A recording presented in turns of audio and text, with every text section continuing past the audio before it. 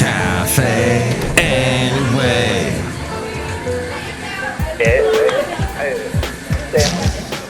Mike's Daily Podcast. FF episode 2261, 2261, and Mike Matthews at Cafe Anyway, located somewhere in Mike's Daily Podcast. Podcastro Valley. We are having some nice weather, despite the fact it's hot as heck up north of us. I might not go up there right now. I think I'll stay down here in California, but I'm not gonna have a beer because it's a school night. Mike's Daily Podcast. It's a school night. Hey kids, even though you're still in school, you'll always have school nights throughout your whole life. Mike's That's how it is. Daily I'm going to Podcast. tell you what the podcast pictures, but first I gotta do math. Carry the 1, and that would be 5. Okay, got it. I think it's 8, 9, 10, 11. Yes, 4 is what I meant. Gosh, my math is so bad. It's like that part of my brain is completely gone. How do I even... Mike, do you balance a checkbook? Yeah, with my finger. I just balance it, kind of hope it doesn't fall on the ground because then I'll have a dirty checkbook. No, there's absolutely no way I can balance a checkbook. Does anybody balance checkbooks anymore? I guess computers do that for you now. I have become, it's like idiocracy in my brain. Just have not had the best, and my mom tried. My mom's smart. She knows how to do math very well. She'd get a little frustrated with yours truly. I could not get the whole class got through its multiplication tables, but way before me. It was just about, I don't know what it is. I mean, I'm not the dumbest guy on the planet. It may sound like it from this podcast, but no. I don't know. Cafe, I don't know. Cafe anyway. But I'm not going to stress about it because... And here's today's podcast picture. It's the podcast picture today. And I think we'll go with something, like I said, from 4 years ago. A very nice moment where I guess this one will work. Wow, nothing was happening exactly 4 years ago. So much for that idea. I guess we could go with this podcast picture of a walk I went on. We went on a nice walk in Pleasanton 4 years ago. And I think we'll take this podcast picture. It's a pretty nice one. That's right, Basil. You and I were there. The late, great Basil the Boxer and I. Dublin Cemetery, I think, is where this was. Yeah, there's a lot of historic figures buried at the Dublin Cemetery. A lot of people don't even know that there is a Dublin Cemetery. But it's a nice little park. There's a very old schoolhouse there. It's a bit of history in Dublin. And if you live near it, you should check it out. Dublin is next to Podcastro Valley. So mindfulness is the practice of becoming a focused, non-judgmental observer of anything. The simple tool can help manage pandemic-induced stress, which now we got this variant thing and that whole fun stuff. But this could also apply to any stress you may have in your life. Possible effects of mindfulness practice include modest improvements in depression and anxiety, and pain relief. And you don't have to be an expert to experience benefits. You just have to keep practicing. This, according to Julie Pottiker, she is a mindfulness expert and the author of Life Falls Apart, But You Don't Have to. Mindful Methods for Life. So she got some ideas, some mindfulness exercises. Try mindfulness meditation. Look for guided mindfulness meditations offered online through podcasts, not necessarily this one, or other presentations. She says, I enjoy the free Insight Timer app and the Calm app. You can decide how much time to devote from 1 minute to more than 30 minutes. Mix it up so your mind relaxes into the practice. There is a cartoon that I have that I cut out of a paper. And I have magneted, there's a refrigerator magnet holding it up on the refrigerator that says, it shows a guy like on a city street, and where you would see a bus stop, there's a sign that says, practice mindfulness here between the hours of this and this. Maybe we should have those, but I don't think it's the funniest cartoon in the world, but still, be mindful of the joy in your life. Even in a pandemic, joy finds a way. Notice what brings you joy, even for just a few minutes, and allow yourself to mindfully focus on those feelings when they happen. Look for guided mindfulness meditations. Oh, I think I read that part, but you can decide how much time to devote for 1 minute up to more than 30 minutes. Mix it up so your mind relaxes into the practice. Taking in a positive mood like joy, awe, or a feeling of love and safety not only feels good, but if you marinate for a few moments in that feeling, you consciously internalize positive feelings into your unconscious memory. What? Counteracting your primate brain's hardwired negativity bias. Yes, it's a thing. We all are hardwired with a negativity bias. You have the power to do this at every age.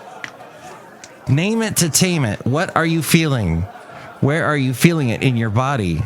Bringing attention to feelings and their associated body sensations allows you to use mindfulness to step into awareness and out of the intensity of emotion. Place your hands where you feel worry manifesting itself. Send soothing thoughts to that area, calming your nervous system. And use mindfulness to get grounded when thoughts and feelings run rampant through your brain. It's easy to feel panicked, stressed, or overwhelmed. As we go outside a cafe anyway, we're bringing Mike's Daily Podcast somewhere in Podcaster Valley. You can use mindfulness to get grounded and tap into your inner calm.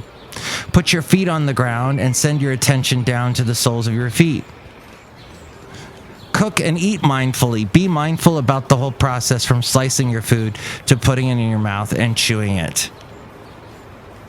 I took a class on better nutrition, and one of the things the doctor walked us through in this group was eating a grape and like taking a long time to eat the grape, putting in it, looking at it first, holding it in your hand, then putting it in your mouth and all that, and then eventually eating it, and then really observing how it tastes in your mouth and all that. We don't do that. We just plow right through food these days.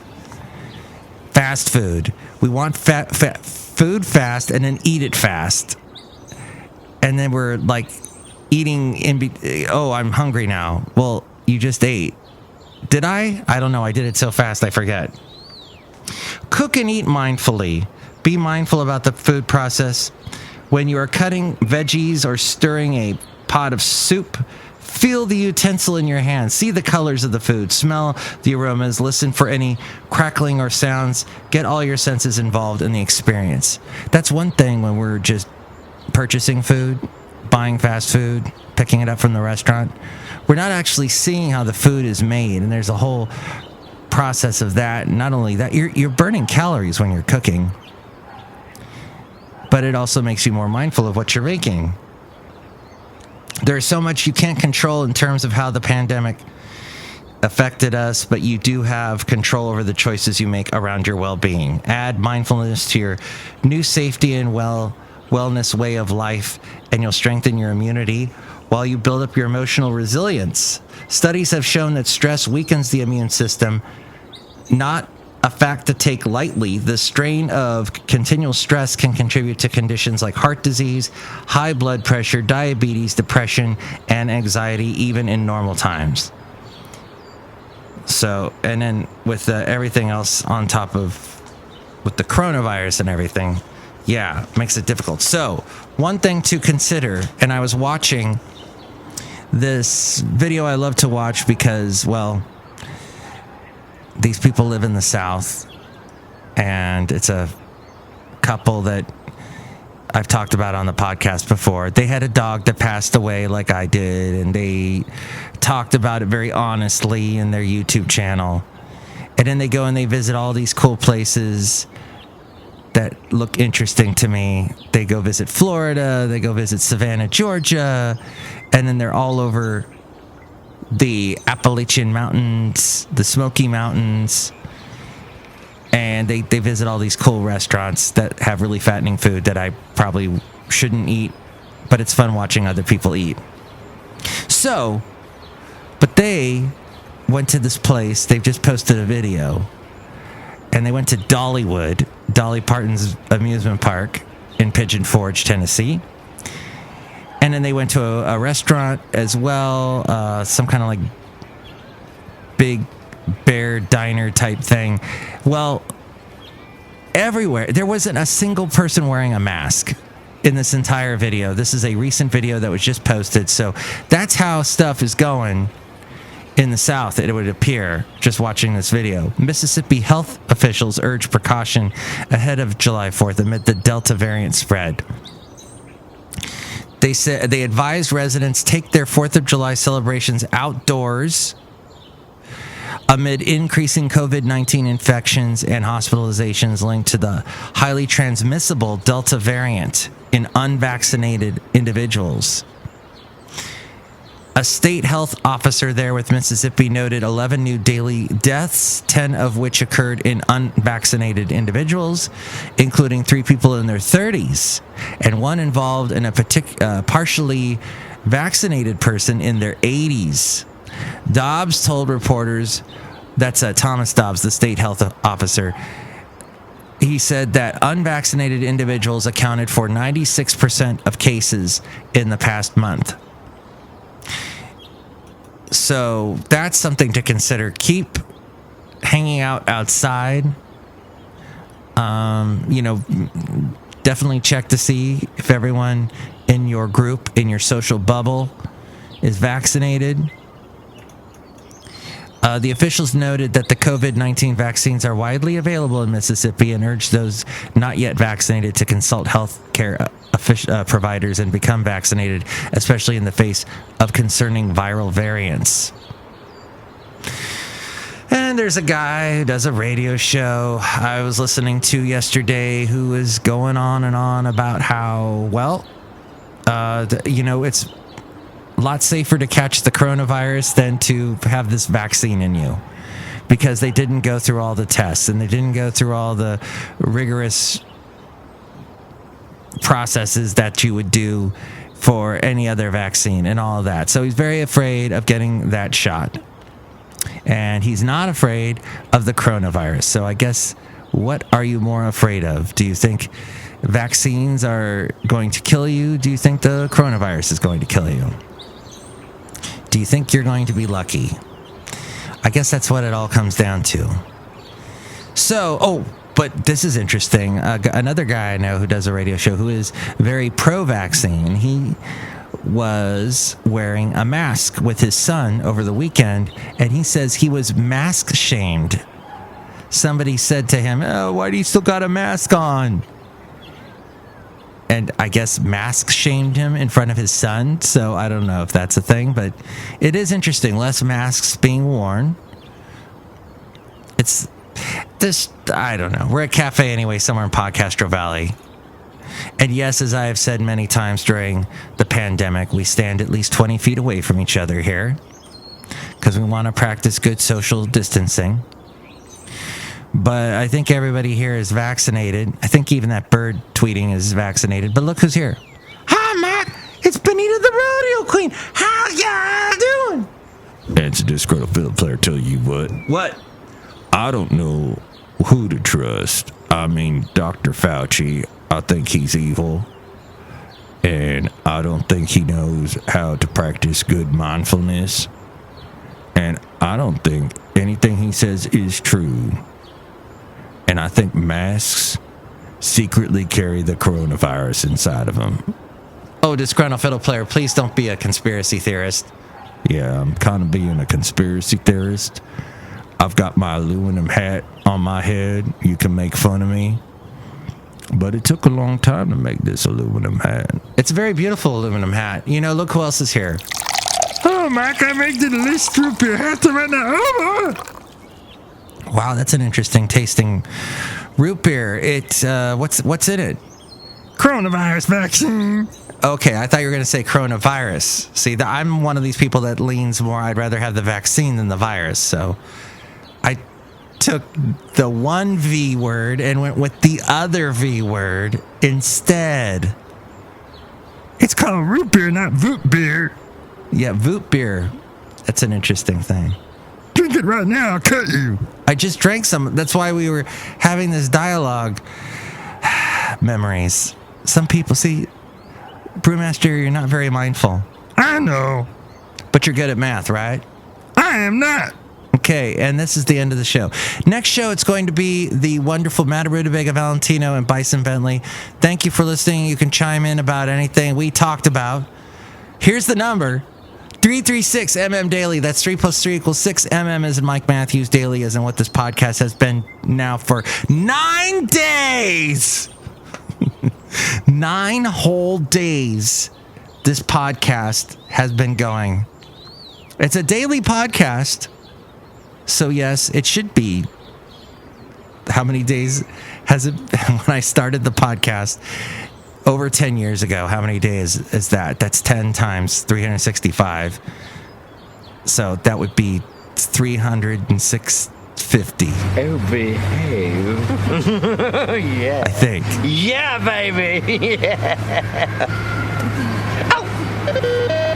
Did I carry the one? No, that's right. Hey, the thing is, I haven't done that many because I've been interrupted over the years and have taken a day off here and there, maybe a week off, maybe a month. It just depends because I have this thing called a life.